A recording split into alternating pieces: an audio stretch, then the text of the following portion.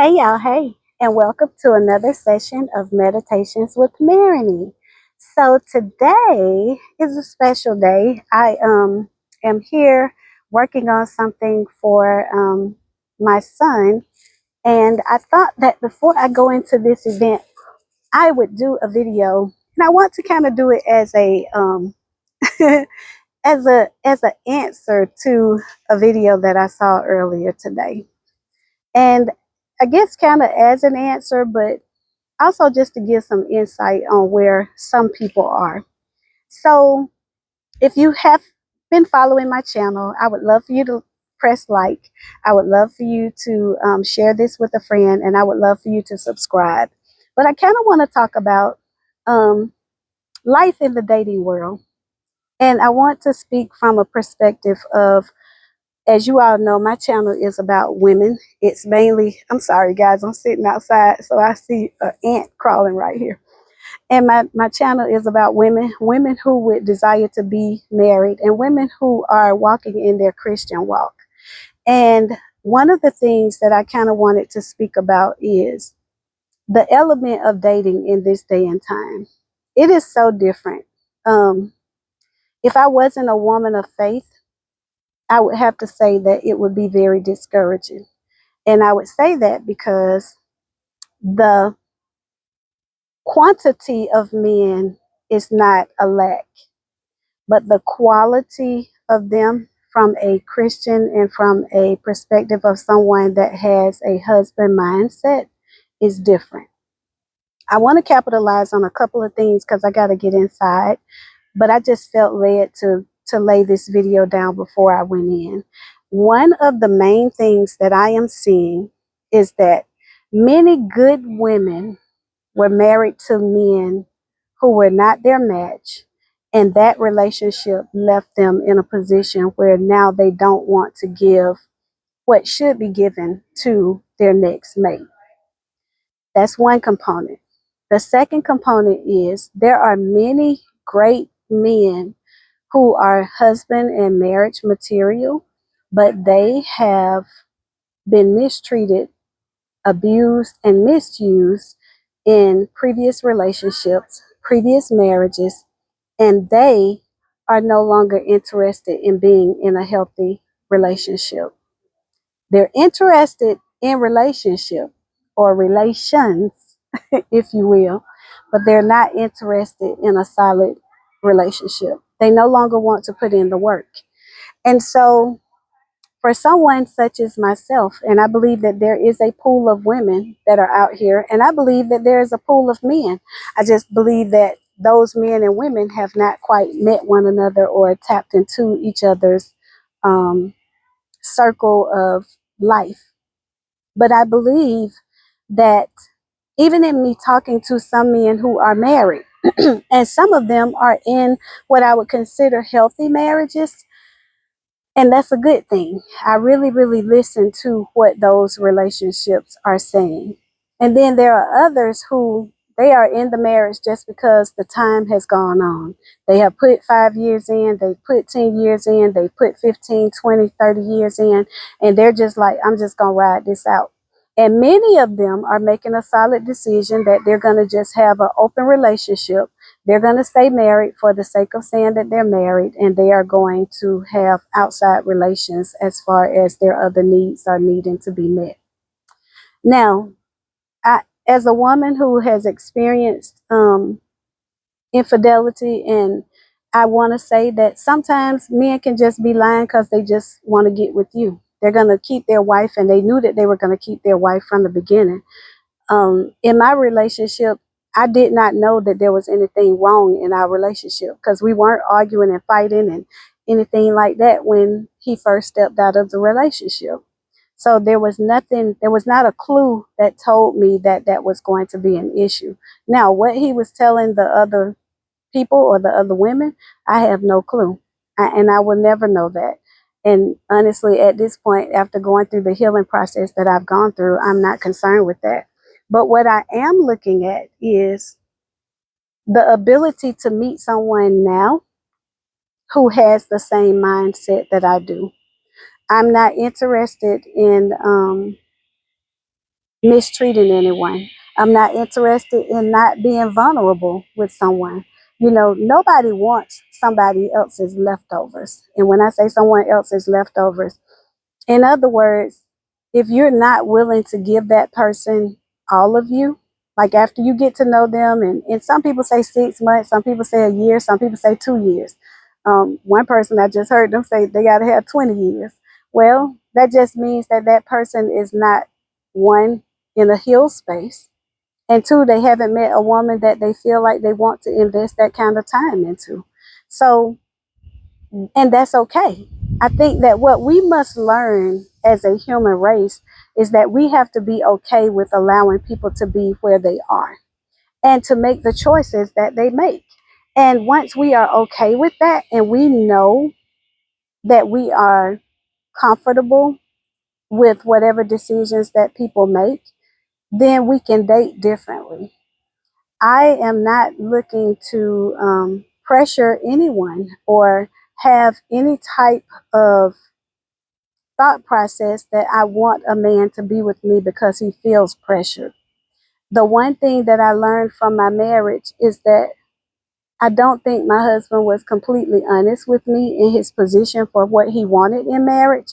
And I would much rather have someone that is completely honest with me, that either says, hey, we're just going to stay right here in the friend zone, or that's all that I'm looking for right now.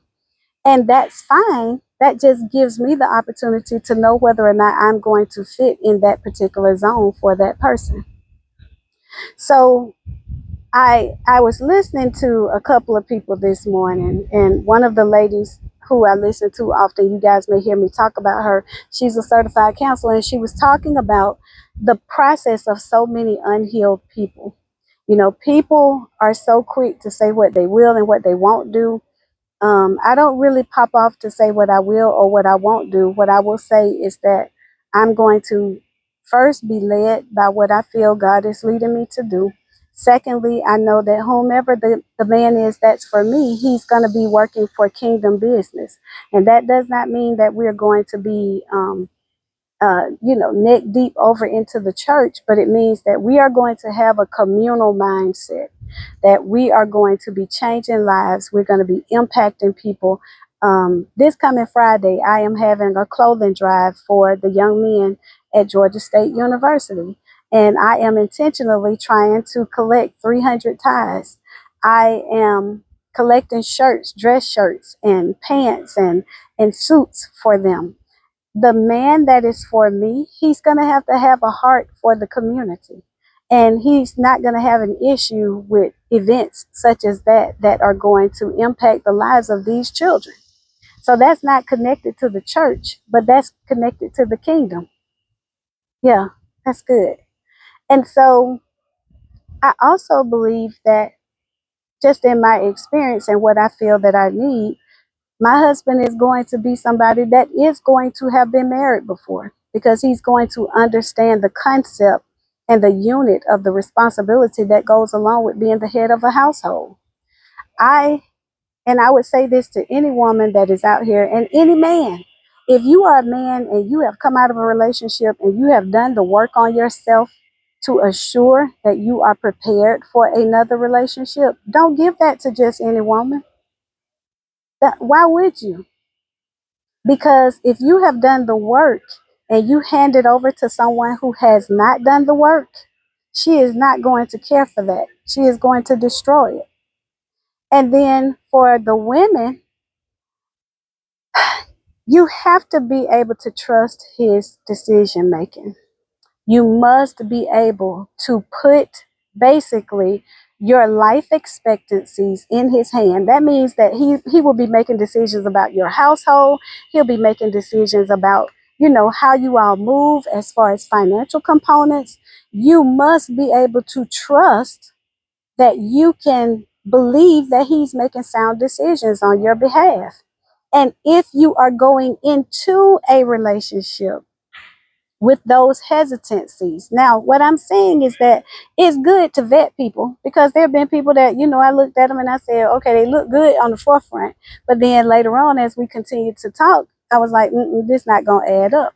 You have to be able to trust his decision making, and you got to be able to pray. Most marriages now are not making it because so many years ago we took the foundation of family, we took the foundation of God, and it doesn't matter if you believe in something else. You know, whatever belief that you have, if you believe in the tree, if you believe that the tree is your God, you still got to trust that tree to give you what you need in order to be able to make a decision. My channel just so happens to be from a church perspective. And when I say church, from a religious perspective, from a biblical perspective. And so that portion of me is never going to change.